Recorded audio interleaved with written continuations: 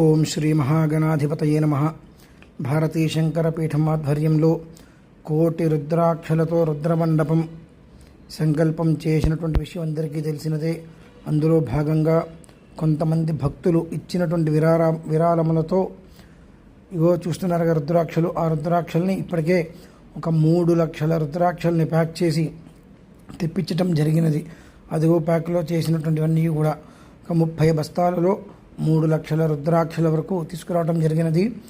ఈ నెల 12వ తారీఖు చైత్ర శుద్ధ పంచమి రోజు నాడు ప్రథమ వార్షికోత్సవ సందర్భముగా భారతీ శంకర పీఠంలో ఉన్నటువంటి శ్రీ